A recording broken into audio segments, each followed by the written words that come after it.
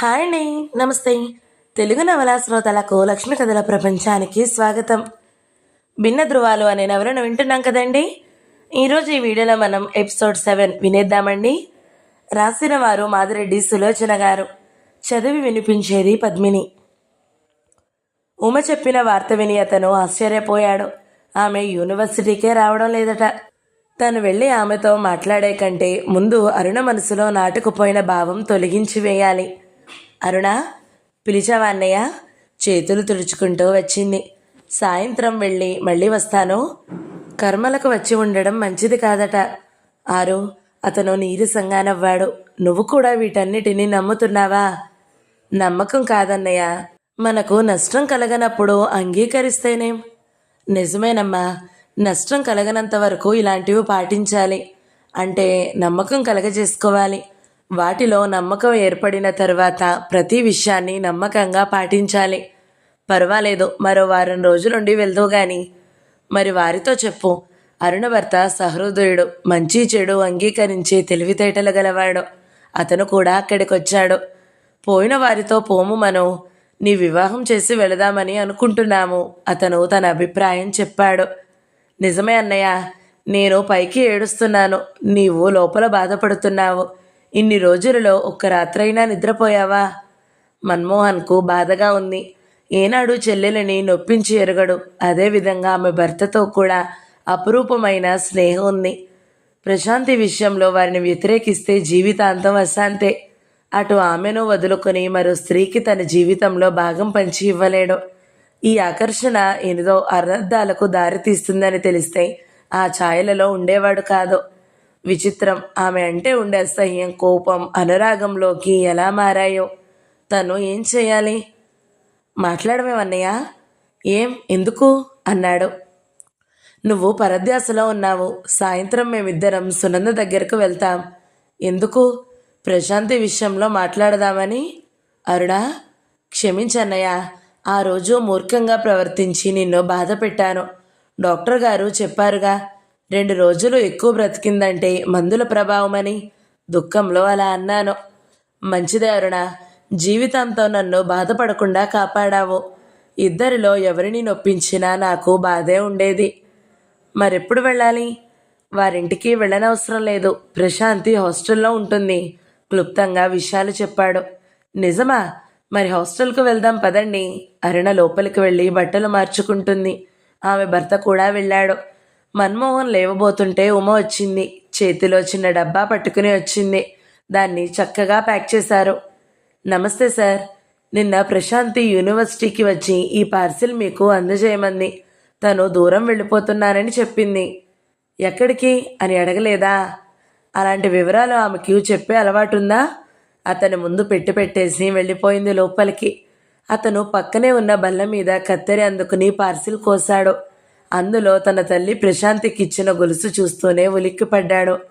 నీలం కాగితం బయటపడింది. ఆతృతగా విప్పాడు.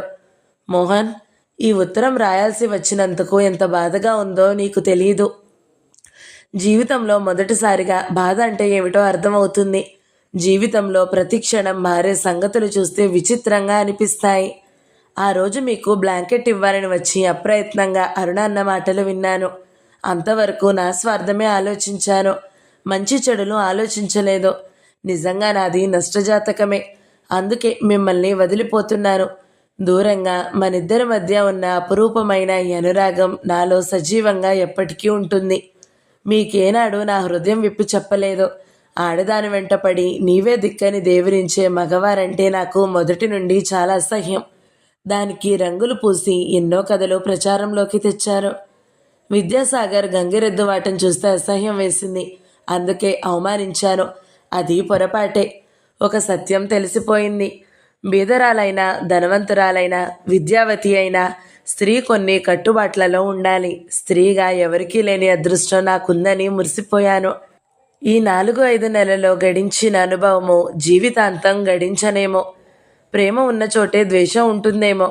అమ్మ, నాన్న, అన్నయ్య 2 సమంగా చూపారు. మీ రూపం, వ్యక్తిత్వం నన్ను ఆకర్షించాయి.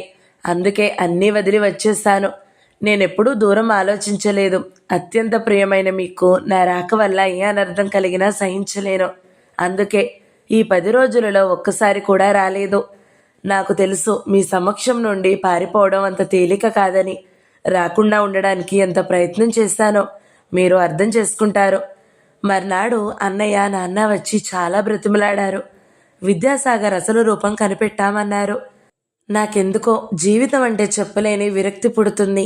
ప్రేమానురాగాలన్నీ నటనే అని అరవాలి అనిపిస్తుంది. అందుకే వారికి నచ్చజెప్పాను. దురదృష్టం ఏమంటే ఈ చిన్న ఉద్యోగం సంపాదించాలన్నా నేనుగా కాదు, రఘుపతి గారి కూతురుగా సంపాదించాల్సి వచ్చింది. వికారాబాద్ దగ్గర చిన్న ఊరట వెళుతున్నాను. నాకెవరి మీద కోపం లేదు. అక్కడ చిన్నపిల్లల సమక్షంలో అన్నీ మర్చిపోతే నా జీవితంలో కోరుకునేది ఏమీ లేదు. మీ అమ్మగారిచ్చిన గొలుసు తిరిగి పంపుతున్నాను. అది ఉంచుకునే అర్హత నాకు లేదు. ఒక విషయము, మీరు నమ్మినా మానినా మీరే నాకు అత్యంత ఆప్తులు. అందుకే నాన్నగారు ఇస్తానని అన్నా వద్దని డబ్బు మీ దగ్గర తీసుకున్నాను. వివాహం తప్ప మీరు ఏది చేయమన్నా నిరాకరించను. నా శుభాకాంక్షలు ఎప్పుడూ ఉంటాయి. నాకు చాలా గర్వంగా ఉంది. మీ అన్నా చెల్లెళ్ళ అనురాగం పట్ల అది కలకాలం నిలవాలని నా ఆకాంక్ష. ఆమెను ఆమె భర్తను అడిగారని చెప్పండి. అన్నయ్య, ఇంకా కూర్చున్నావే, తయారవు. అరుణ వచ్చింది. అవసరం లేదమ్మా, తను చదువుతున్న ఉత్తరం అందించాడు. ఎవరు రాశారు? ప్రశాంతి. ఆదృతగా అందుకుని చదువుతుండగానే ఆమె ముఖంలో రంగులు మారాయి. ఆమె భర్త కూడా భుజం మీదుగా వంగి చదివాడు. ఎంత పని జరిగింది. ఇప్పుడే ఆ పల్లెకు పోదామన్నయ్య. వద్దు అరుణ, ప్రశాంతి సంగతి నీకు తెలీదు. ఒక నిర్ణయానికి వచ్చిందంటే మార్చుకోదు. మనం ప్రయత్నించినా లాభం ఉండదు అన్నాడు. అతని ముఖ కవళికలు బట్టి అతను బలవంతంగా బాధ దిగమింగుతున్నాడనే తెలిసిపోతుంది. నేను ప్రయత్నిస్తానన్నయ్య. తల్లిని తండ్రిని వదులుకుంది. అనవసరంగా నువ్వు చిన్నబుచ్చుకోవడం దేనికి? క్షమించన్నయ్య, దోషిలా తలంచుకుంది అరుణ. నీ పొరపాటేముంది అన్నాడు. మరెలా? కొన్నాళ్ళు పోయాక చూద్దామన్నాడు. ఆ రోజంతా అతను ఎవరితోనూ ఎక్కువగా మాట్లాడలేదు. ఉమా అక్కడే ఉండి అరుణకు ప్రశాంతిని గూర్చి ఉన్నవి లేనివి చెబుతుంది. మర్నాడు అతను యూనివర్సిటీకి వెళ్ళిపోయాక ఉమ తల్లిదండ్రులు వచ్చారు. అరుణతో చాలాసేపు మాట్లాడారు. అన్నయ్య, ఏమ్మా, బావకు పని ఉందటగా, ఈ సాయంత్రం వెళ్ళండి అన్నాడు చిన్నగా నవ్వుతూ. అది కాదన్నయ్య, తటపటాయించింది. చెప్పమ్మా, సందేహం ఎందుకు? మిమ్మల్ని వదిలిపోవాలంటే బాధగా ఉందన్నయ్య. ఉమకు మీరంటే చాలా ఇష్టం. ఆమెకేం తెలీదు, అమాయకత్వం. ప్రశాంతి నిర్ణయం మారదని చెప్పారు కదా, ఇక ఆశ పెట్టుకోవడం ఏం బాగుంటుంది? తర్వాత ఆలోచిద్దాం. లింగమూర్తి గారు వస్తామన్నారు. నేను ఉమను ఎప్పుడూ తోబుట్టువులా చూశానని చెప్పు అని లేచాడు. నువ్వు నిశ్చింతగా ఉండరునా, నాకేం బాధలేదు. అలాంటి తరుణం వస్తే నీ దగ్గరకు పరిగెత్తుకుని వస్తాను అని ఆమె కన్నీరు వత్తాడు. అరుణ వెళ్ళి తన బట్టలు సర్దుకోసాగింది. అతను లోపలికి వెళ్ళాడు. వెనుకవైపు వరండాలో కూర్చుని ఆలోచిస్తుంది ఉమ. ఆమె ఏడ్చిందనడానికి కళ్ళు ఎర్రగా ఉన్నాయి. ఉమా, కళ్ళు తుడుచుకుని అలా బయటికి రా, నీతో మాట్లాడాలి. ఏం అక్కర్లేదు, చెబితే వినాలి మరి. అతను వెళ్ళాక తటపటాయించి అతను వెనకాలే వెళ్ళింది. నువ్విలా మొండికేస్తే నేను ఇంత విషం తిని చస్తాను, కాంతమ్మ అరిచింది. నాకు ఆకలి లేదంటే వినరే. ప్రణతి అంతకంటే కోపంగా అరిచింది. ఆమె ప్రతి పూట తల్లిని అరగంట విసిగించుగాని తినడం లేదు. ఈ బాధ ఎవరికీ వద్దురా తండ్రి. ఆమె ఏడుస్తూ అక్కడే కూలబడింది. పిల్లలను ఎంత ప్రేమగా పెంచామో, ఒక్కతే అలా వెళ్ళిపోయింది. ఇది ఇలా ప్రాణాలు తీస్తుంది. సునంద వచ్చింది. నెమ్మదిగా అత్తగారితో ఏమో చెప్పి అవతలకు తీసుకుని వెళ్ళింది. 5 నిమిషాలకు తను వచ్చింది. ప్రణతి, వదినా, నన్ను విసిగించకు, నాకు ఆకలి లేదు. నిన్ను నేను భోజనం చేయమని అనలేదు. ఇందాక అన్నగారు ఫోన్ చేశారు. ఏ అన్నగారు? విద్యాసాగర్. ఇంకా చావలేదని చెప్పకూడదు? ఇంకా ఎంత టైం ఉందని చెప్పను? నవ్వును బిగబట్టి అడిగింది. ప్రణతి చురచురా చూసింది. నీకు తమాషాగా ఉందా? మరింకేమనాలి? అతను రేపు సాయంత్రం ప్లేన్లో అమెరికా వెళ్తున్నాడట. నీతో 5 నిమిషాలు మాట్లాడాలట. నాకు 5 సెకండ్లు కూడా మాట్లాడాలని లేదు. జరిగిన దానికి అతను బాధపడుతున్నాడు. అవును, అతని బాధ్యత తీరిపోయింది. అందరి మూలంగా అడవులు పట్టిందే శాంతి. దాని మాటేమిటి? దాని జీవితం బాగుపడే వరకు భగవంతుడు వచ్చినా సరే ఆయన ముఖం చూడను అన్నది ఖచ్చితంగా. ఓసారి వెళ్ళి ఇతరుల జీవితాలతో ఆటలాడడం నేర్చుకుని వచ్చాడో, ఇప్పుడేం నేర్చుకుని వస్తాడట? మరిక్కడికి రమ్మంటాను, ఆ మాటే అడుగు. నీ రికమెండేషన్ అక్కర్లేదు. పోనీ ఆ విషయం పోనీ, కార్తీక మాసంలో మీ అక్క వివాహం అవుతుంది, నాకేమిస్తాము?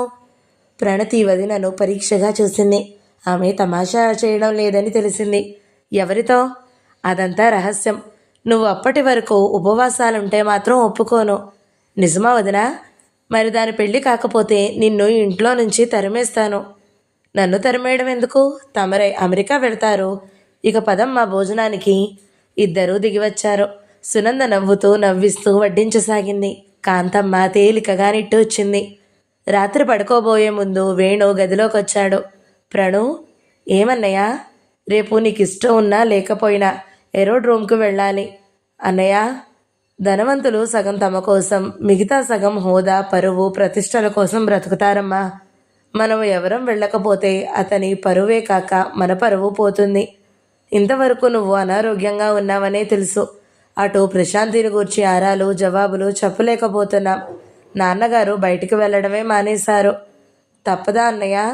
ఆమె కళ్ళ నిండుగా నీరూరింది. ఆనాడు శబదం చేసి వచ్చింది. మళ్ళీ అతని ముఖం చూడను అంది. విధి ఎంత బలీయమో. అతను జరిగిన దానికి బాధపడుతున్నాడు. అలాగా అన్నది ముఖం తిప్పుకుంటూ. వేణు నిట్టూర్చి వెళ్ళిపోయాడు. మర్నాడు తయారయ్యి బలవంతంగా ఏరోడ్రోమ్కు వెళ్ళింది. తల్లిదండ్రులు, అన్న, వదిన అందరూ వచ్చారు. విజిటర్స్ లాడ్జ్లో అందరూ అప్పటికే వచ్చి కూర్చున్నారు. అందరినీ చూశాక రాత్రి అన్న చెప్పిందే నిజమేననిపించింది ప్రణతికి. అందరూ తమను గూర్చి ఆరాలు తీసేవారేనేమో అనుకుంది. ప్రణును ఇలారా. అక్కడికి వెళ్ళింది. అక్కడ పుస్తకాలు, చిన్న చిన్న ఫ్యాన్సీ సామాన్లు అమ్మే షాప్ ఉంది. అక్కడ విద్యాసాగర్ కూడా ఉన్నాడు. అతన్ని చూసి వెనుదిరగబోయింది. ప్రణు, వేణు కఠినంగా పిలిచాడు. ఆగక తప్పలేదు. సాగర్కు ఫ్యాన్సీ వస్తువులు సెలెక్ట్ చేయాలట. ఉండు, నేను డ్రింక్స్ తెస్తాను. అతను వెళ్ళిపోయాడు. అద్దం కిటికీ గుండా దూరంగా కనిపించే పచ్చిక చూస్తూ ఉండిపోయింది. గత రాత్రి వర్షం పడ్డందున ప్రకృతి ప్రశాంతంగా నెగనెగలాడినట్టుంది. ప్రణవ్, వద్దు, దయచేసి నన్ను అలా పిలవకండి. నువ్వు వద్దన్నా మానినా అలవాటయింది. మానడం మాటలా? జరిగిన దానికి హృదయపూర్వకంగా క్షమాపణ కోరుతున్నాను. అలాగే ఉత్తరం ప్రశాంతికి రాశాను. నన్ను రెచ్చగొట్టింది ప్రశాంతి. నేను ఎవరిని ఏమీ సంజాయిషి అడగడం లేదు. విరిగిన మనసు అతకదని తెలుసుకోవాలి అన్నది ముభావంగా. అప్పుడే ఉద్దేశంతో వివాహం చేసుకున్నా ఇప్పుడు హృదయపూర్వకంగా నిన్ను స్వీకరిస్తాను ప్రణతి. స్వీకరించడం మీకు తేలికే కావచ్చు, అంగీకరించడం నాకు సులభం అంటారా? నా ఇల్లు, నా భర్త, నా వస్తువులు అంటూ ఎంత స్వార్థంగా ఆలోచించానో, ఎంతగా పోట్లాడి అమ్మా నాన్నలతో వస్తువులు కొనిపించానో. తీయగా మధురంగా ఉన్నంతగా ఊహించిన సంసారం ఎలా అయింది? తప్పు నాదంటారా? నాదని అంగీకరిస్తున్నానుగా. అతను గాఢంగా నిట్టూర్చాడు. నీకు రావాలనిపించినాడు రాయి.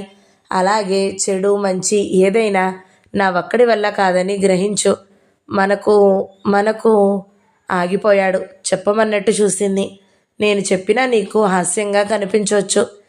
నీకు డెలివరీ కాగానే తెలుపుతావు కదూ అన్నది ఏటో చూస్తూ. అతను ఒక కాగితం ఆమె పర్సులో పెట్టాడు. దీంట్లో అడ్రస్ ఉంది. నీకు ఇష్టమైనప్పుడు ఉత్తరం రాయి. నాకు చిన్నప్పుడే ఒక అలవాటు అయ్యింది. డబ్బును జాగ్రత్తగా వాడడము, డబ్బుంటేనే గౌరవము. అవన్నీ నాకు అనవసరం. నాకు తెలుసు. నా బలహీనతలు చెబుతున్నాను. ఏ విధంగానైనా డబ్బు కూడబెట్టాలనేదే నా ఉద్దేశం. కొన్నిసార్లు మీ వాళ్ళ ఇంటి నుండి డబ్బు తెస్తూ అప్పుడప్పుడు బాధపడడం చూశాను. అది జాగ్రత్తే అనుకో, పిసినరితనమే అనుకో, నీ ఇష్టం. జరిగింది ఏది ఆలోచించాలని లేదు.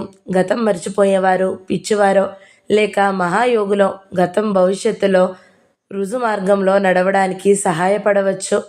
అతను తదేకంగా చూశాడు. ఇంటి అద్దెల రూపంలో 500 వస్తుంది, కావాలంటే వాడుకో. ఆ మాటలకు ప్రణతికి నవ్వొచ్చింది. ఏం మాట్లాడలేదు. సాగర్, టైం అయినట్టుంది.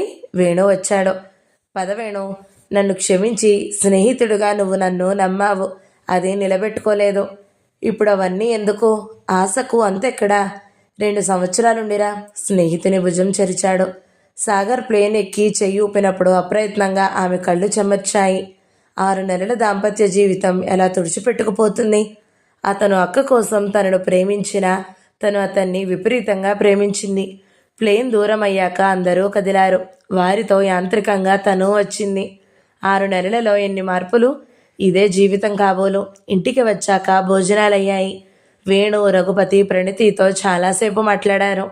స్త్రీ జీవితం గాజు పెంకు లాంటిదమ్మా, జాగ్రత్తగా కాపాడుకోవాలి. సాగర్ను క్షమించి ఉత్తరాలు రాయి. సాధ్యమంటారా నాన్న? ఎందుకు సాధ్యం కాదు తల్లి. క్షమ సహనంతోనే స్త్రీ పుట్టింది. నీ మనసును బట్టి ఉంటుంది. నా మనసు విరిగిపోయింది. ప్రణు, విరిగినా తరిగినా అతనితో ఉండక తప్పదు, వేణు చెప్పాడు. ఎందుకు? అందరూ కలిసి స్త్రీలను అబలులుగా చేసి ఆడించినంతకాలం మగవారి ఆటలు సాగుతూనే ఉంటాయి. పోనీ అతనికి విడాకులిచ్చాయి. విడాకులా? ఉలిక్కిపడింది.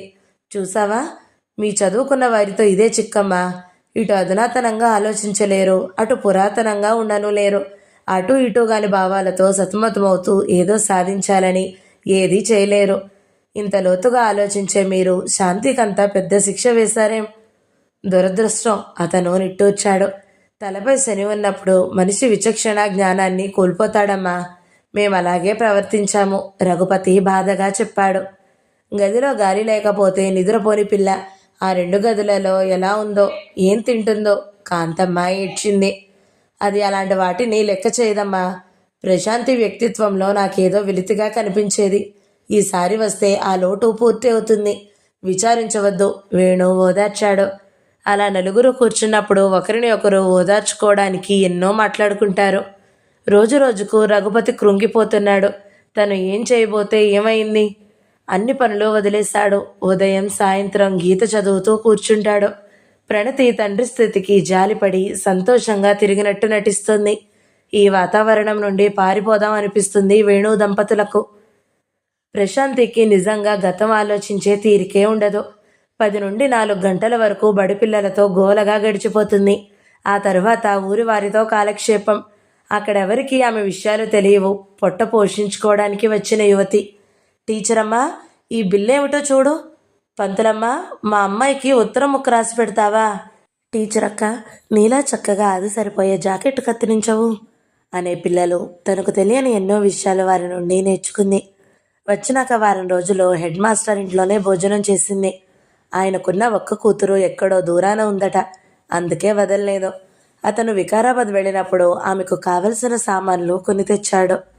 ఒత్తుల స్టవ్ ఎంతకు వెలిగించడం రాదు. నేల మీద కూర్చుని కాళ్ళు పీక్కుపోతున్నాయి. అగ్గిపెట్ట అయిపోయింది.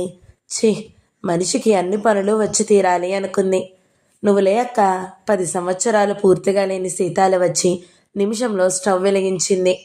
అన్నానికి ఎన్ని బియ్యం పొయ్యాలో, నీరెంత పెట్టాలో చూపింది. నీకు వంట చేయడం వచ్చా? ఓ, అన్నం వారుస్తాను. జొన్న రొట్టెలు, సాంబారు అన్నీ వచ్చు. 2 గదులు ఊడ్చేసరికి నడుము నొప్పి పుట్టింది. నేల సరిగ్గా తొడవలేదని తనింట్లో పని మనిషిని మాన్పించిన ఘట్టాలు గుర్తుకు వచ్చాయి. పిల్లలతో సరదాగా పనులన్నీ నేర్చుకుంటుంది. ఒక్కోసారి నవ్వుకునేది.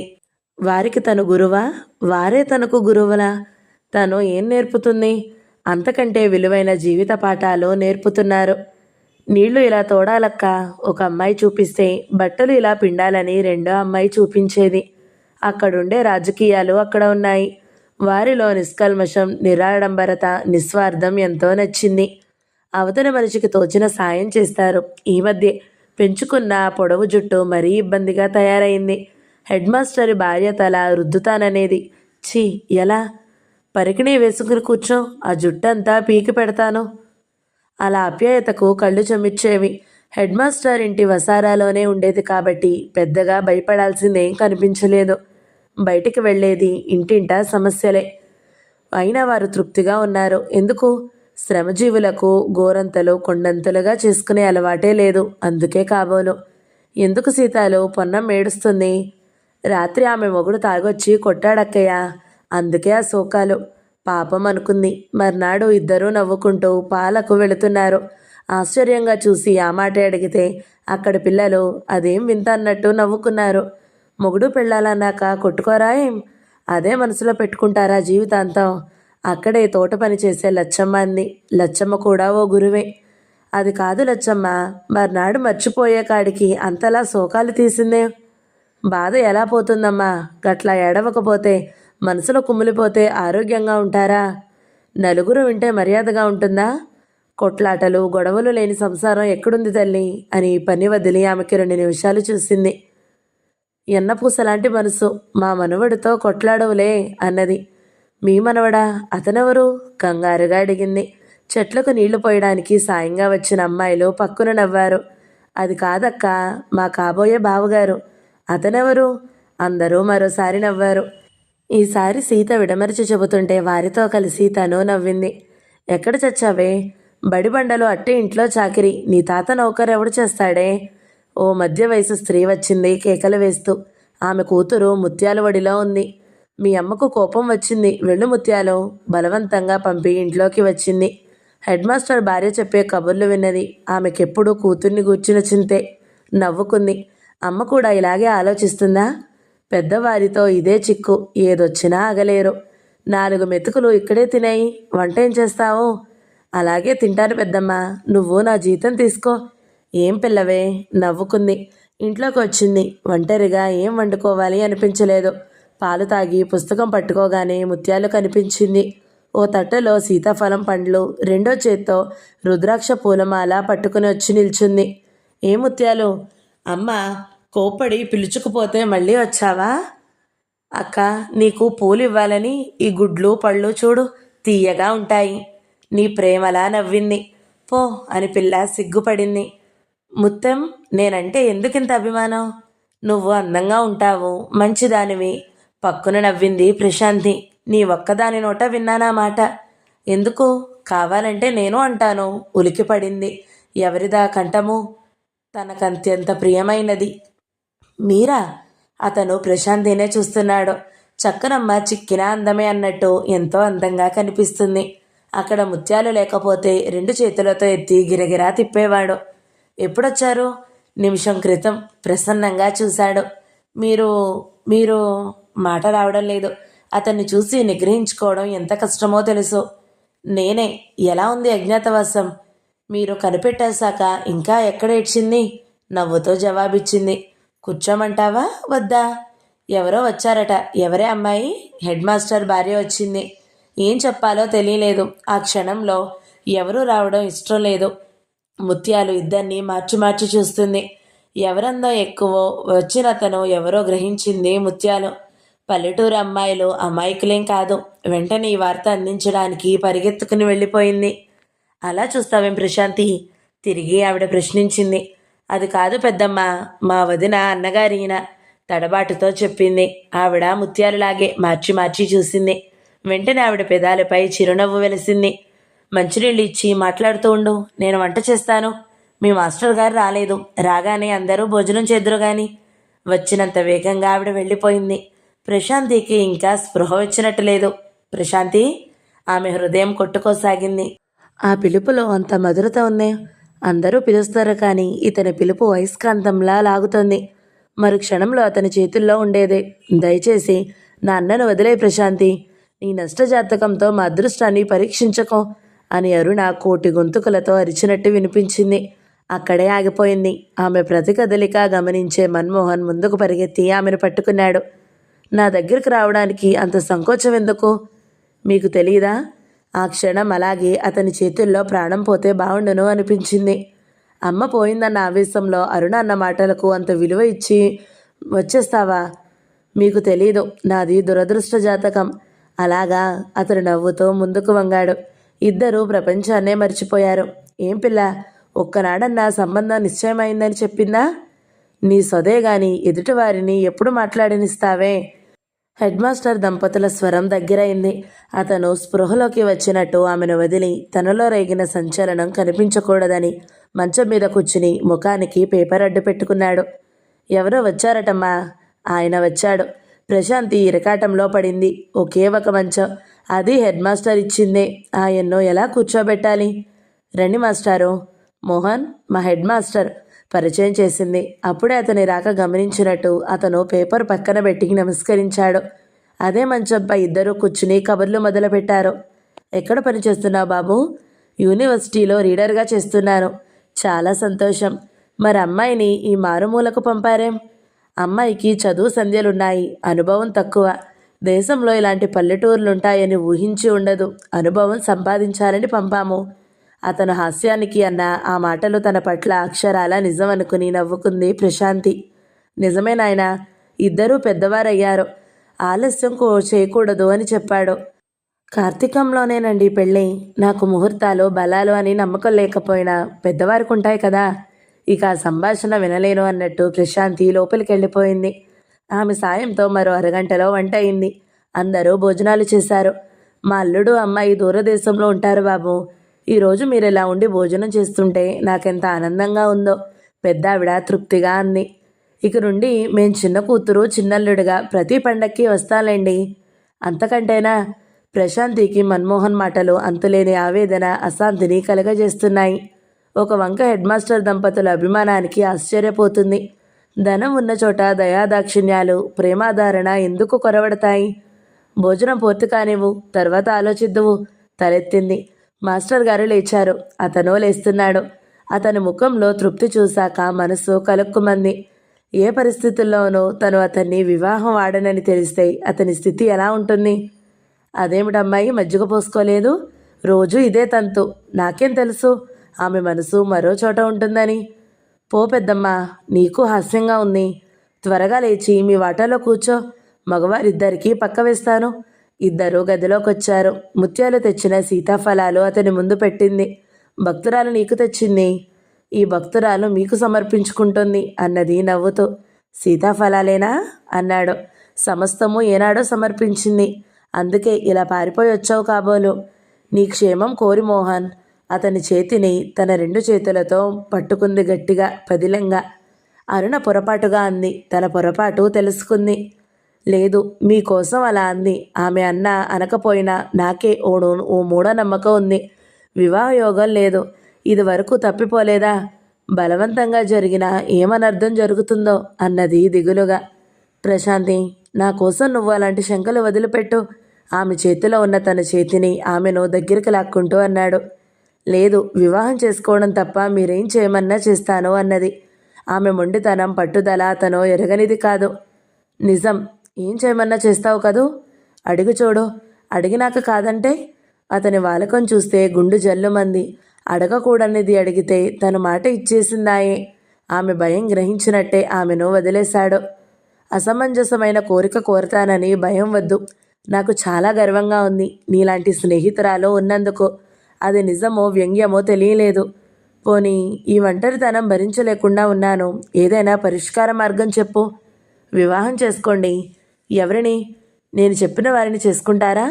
చెప్పి చూడు. ఉమను చేసుకోండి. అలాగే. అతను మరేం మాట్లాడలేదు. ఆలోచిస్తూ పైకప్పుకేసి చూడసాగాడు. అబ్బాయి, ఆకు ఒక్క. మాస్టర్ గారి భార్య వచ్చింది. అతను లేచి నిలబడ్డాడు. నాకు అలవాటు లేదండి అని ఆమె వెనకాలే వెళ్ళి తన కోసం వేసిన పక్కపై పడుకున్నాడు. దీపం చిన్నది చేసి వృద్ధురాలు నిద్రపోయింది. అరగంట తరువాత మన్మోహన్ కూడా నిద్రపోయాడు. ప్రశాంతికి నిద్ర పట్టలేదు. ఆలోచిస్తూ గంటలు గడిచిపోయేది కూడా గమనించలేదు. పాపం చిన్నపిల్ల బాబు 7 దాటితే గానీ లేవదు. నేను మొదటి బస్కు వెళ్ళిపోవాలండి. మన్మోహన్ కంఠం వినిపించింది. అతను వస్తాడు. రాత్రి తలుపు వేసుకున్నందుకు కోపగిస్తాడు. లేచి తలుపు వేయాలి అనుకుంది. లేవలేకపోయింది. అతను రానే వచ్చాడు. నిర్వికారంగా చనువుగా మంచం చివరన కూర్చున్నాడు. ఆమెను పరీక్షగా చూశాడు. రాత్రంతా నిద్రపోలేదు కదూ? లేదు, ఇప్పుడే లేచాను. ఇంత చిన్న విషయంలో అబద్ధం ఎందుకు? నువ్వు కోరినట్టే జరుగుతుందిగా. విచారం దేనికి? విచారమా? లేదే. మీరు వెళతానన్నారు. టీ తెస్తాను. అతను తన ముఖం చూడరాదని లేచింది. కళ్ళు ముఖం కడుక్కుని వచ్చింది. టీ ఇవ్వగానే అతను వెళ్ళడానికి లేచాడు. నా మీద కోపం లేదుగా అడిగింది. నవ్వుతూ వెళ్ళిపోయాడు. నామమాత్రానికి అడగడానికి వచ్చాడు కానీ నిజంగా అతనికి తనపై ప్రేమే ఉంటే ఆ భావం వ్యక్తం చేయడం. బాధపడుతూ మగవారంతా అంతే. రాబోయే అశ్రువులు అదిమి పట్టింది. భిన్న ధృవాలు 7వ భాగం సమాప్తం. ఈ వీడియో మీకు నచ్చినట్లయితే లైక్ చేయండి, షేర్ చేయండి, మంచి కామెంట్ పెట్టండి. ఎవరైనా మొదటిసారి మన ఛానల్ని చూస్తున్నట్లయితే సబ్స్క్రైబ్ చేసుకోండి. Thank you so much for watching. నమస్తే.